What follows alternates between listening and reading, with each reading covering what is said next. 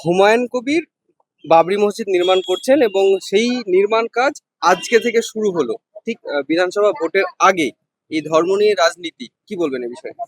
দেখুন, ইতিহাস সাক্ষী, যারা একটু ইতিহাস নিয়ে পড়াশোনা করেছে, রাজনৈতিক ইতিহাস, তারা দেখেছে যে যারা ধর্ম নিয়ে রাজনীতি করেছে তারা সেই ধর্মের হাতেই মারা পড়েছে। এই ধর্ম নিয়ে রাজনীতি করা আগুন নিয়ে খেলার মতো।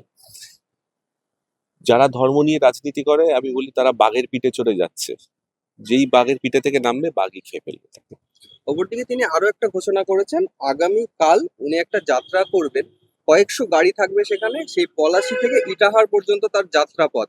এবং এই রকম পরিস্থিতিতে যেখানে মুর্শিদাবাদকে বিভিন্নভাবে টার্গেট করা হচ্ছে এবং সেই জায়গায় বাবরি মসজিদ ঘোষণার পর বিভিন্ন পরিযায়ী শ্রমিক অ্যাটাক হয়েছে, সেই রকম একটা পরিস্থিতিতে এই যাত্রা, ঠিক যেমন রাম মন্দির শুরু ভাঙার পর একটা যাত্রা হয়েছিল, ওই আদলে কি বলবো? যে কোনো ধর্মীয় আবেগের বহিঃপ্রকাশ নিয়ে যদি কেউ রাজনীতি করে, তার ধরনটা তো একই হবে। তুমি তোমার নিজের প্রশ্নের উত্তর নিজেই পেয়ে গেলে, যে রাম মন্দিরের মতো করে করছে। রাম মন্দির কারা করেছিল? বিজেপি করেছিল। বিজেপিদের মতো করেই করছে। যারা ধর্ম নিয়ে রাজনীতি করে তাদের হয়তো ধর্মের তকমাটা আলাদা হয়, ধরনটা এক হয়, এবং তাদের ধরনটাও এক হয়, এবং তাদের মোটিভটাও এক হয়।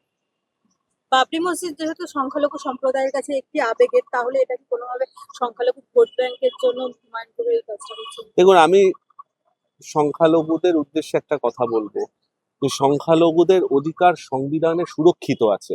দয়া করে এইসব ভুঁইপোড় লোকেদের কথা শুনবেন না। সংখ্যালঘুরা যদি সংবিধান মেনে তাদের অধিকার আইনানুগভাবে ছিনিয়ে নিতে পারে, তবে সংখ্যালঘুদের মাথা উঁচু থাকবে। এই সংখ্যালঘুদেরকে প্রতিনিধিত্ব করার জন্য কোনো হুজুরের দরকার নেই, যারা ওই তাকিয়ায় বসে বসে, মাইকে বসে বসে তারা সেখান থেকে ফতোয়া জারি করবে। তাদের দরকার নেই। অনেক সংখ্যালঘু আমার নিজের বন্ধু আছে, একসাথে আমরা কলেজে পড়াশোনা করেছি, আমরা বিফ পর্ক এক টেবিলে বসে খেয়েছি।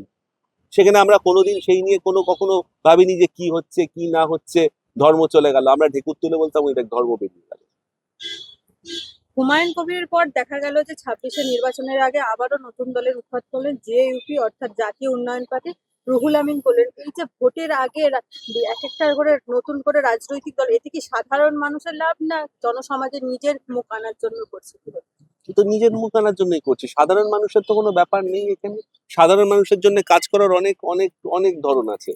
তো সাধারণ মানুষের জন্য কিছু করার জন্য করছে না, ও বিজেপির হয়ে ভোট কাটার জন্য এসছে এবং সেটাই করবে। কিন্তু তারাও সেখান থেকে নিশ্চিত বলে দিলেন যে আমরা বিজেপির সঙ্গে কোনো জোট বাঁধবো না, আমরা কোনো নায়ক নায়িকাদেরকেও মঞ্চে আনবো না, আমরা সোজা মাটি থেকে মানুষকে তুলে এনে মঞ্চে বসাবো। ওর কথায় কি কথার কি দাম আছে?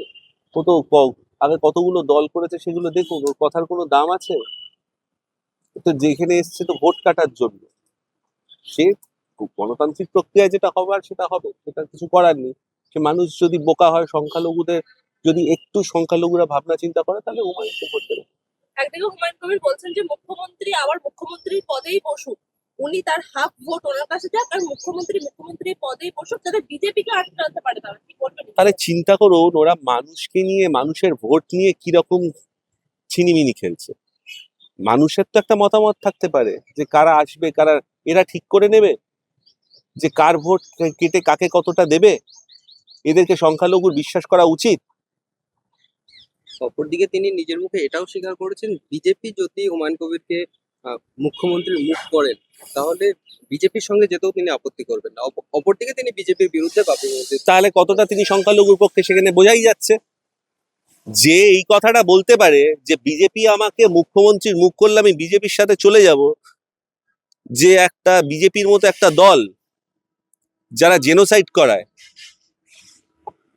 এরকম একটা দলের সাথে চলে যাবে, সে তাহলে কতটা সংখ্যালঘুদের জন্য ভাবে, তাহলে বুঝুন। তো ক্ষমতালোভী একটা মানুষ নিজে মুখ্যমন্ত্রী হবে, বা নিজে একটা কিছু ক্ষমতায় আসার জন্য, বা নিজে একটা সমীকরণের খুব ইম্পর্টেন্ট জায়গা নেওয়ার জন্য এগুলো করছে। শুভেন্দু অধিকারী বলছে যতই বড় আক্রমণ আবার জিতবে সনাতন 26-এর। সনাতনর কে হয়? তো জিজ্ঞেস করুন তো, সনাতনর কে হয়? কেন্দ্র বিজেপি তো ওকে খুব একটা পাত্তা দেয় না। ও তো আরজি করার সময় অনেক কিছু লাফালাফি করেছিল না? সেই সময় আন্দোলন সবাই করেছিল। সেই সময় বিজেপি সেই আন্দোলনটাকে শুভেন্দু অধিকারী হাইজ্যাক করার চেষ্টা করেছিল। কেন্দ্র বিজেপির কাছ থেকে তো কোনো সাপোর্ট পাইনি। সনাতন নাকি আবার আসবে। শুভেন্দু বলেছে ক্ষমতায় আসার 48 দিনের মধ্যে রোহিঙ্গা খুঁজে বার করতে হবে। রোহিঙ্গা খুঁজে বার করবে? এরা ছাগলের মতো কথা বলে। 10 লাখ রোহিঙ্গা সারা পৃথিবীতে নেই, 10 লাখ রোহিঙ্গা নাকি বাংলায় ঢুকে পড়েছে। এই শুভেন্দু অধিকারী আর এই রিপাবলিক টিভি আজে বাজে কথা বলে মানুষের মধ্যে বিভ্রান্তি সৃষ্টি করে। এগুলোর কোনো প্রাসঙ্গিকতা নেই। এগুলো রাজনৈতিকভাবে কোনো প্রাসঙ্গিক নয়। শুভেন্দু অধিকারীও প্রাসঙ্গিক নয়। আমরা একটা খুব সঙ্গীন সময়ের মধ্যে দিয়ে যাচ্ছি। এসআইআর প্রক্রিয়াটা যথেষ্ট একটি সঙ্গীন পদক্ষেপ, এবং শুধু ঝাড়াই বাছাই তো হচ্ছে না, তার সাথে আরো অনেক কিছু হচ্ছে। সুপ্রিম কোর্টের এজলাসে সেটা চ্যালেঞ্জের মুখে আছে। দেখা যাক সেটা তাতে কি হয়, তার উপর অনেক কিছু নির্ধারণ করবে। এসআইআর প্রক্রিয়া শুরু হয়েছিল এবং সেই সময় থেকে শুভেন্দু বা বিজেপি সাপোর্ট করেছে সেই প্রক্রিয়াকে এবং বলেছে যে বাংলাদেশি রোহিঙ্গা বাদ যাবে। দেখুন, কিন্তু শুভেন্দু বা বিজেপি একসাথে বলবেন না। শুভেন্দু আর বিজেপি দুটো আলাদা লোক। শুভেন্দু নিজের সুবিধের জন্য ঘুরে বেড়াচ্ছে। শুভেন্দুর কিচ্ছু নেই। শুভেন্দু আগে তৃণমূলে ছিল, তারপরে ও বিজেপিতে ঢুকলো, তার আগে বোধহয় আরো অন্য করছে কার জন্য কি। শুভেন্দু কারুর সাথে নেই। শুভেন্দুকেও যে বিজেপি খুব একটা আপন করে না তা নয়। তাহলে কি এবার বিজেপি নিজেই এসআইআর প্রক্রিয়াকে বিশ্বাস করছে না? কারণ তারপরেও বলছে আমরা পাওয়ারে এলে রোহিঙ্গা বের করবো। এসআইআর প্রক্রিয়া তাহলে রোহিঙ্গা বের করতে তাই তো পারবে? দাঁড়াচ্ছে। ঠিকই তো তাই তো দাঁড়াচ্ছে। এসআইআর প্রক্রিয়ার পরে তারপরে আবার তারা নিজেরা ক্ষমতায় আসবে বলছে। দেখুন, সব জায়গায় আমরা তো দেখি, তো খবরগুলো দেখি তো, যেখানে যেখানে ডবল ইঞ্জিন সরকার সেখানে সেখানে কি হচ্ছে। ওরা বারবার বলে না ডবল ইঞ্জিন সরকার। ডবল ইঞ্জিন সরকার মানে কি? কেন্দ্রেও যে দল, রাজ্যেও সেই দল। তাহলে আর আহ, আহ, যুক্তরাষ্ট্রীয় কাঠামো থাকলো কোথায়? সেটাকে সরিয়ে দিতে চাইছে, সেটা পরিষ্কারভাবে বলুক যে এখানে হিটলার শাসন চালাতে চায়।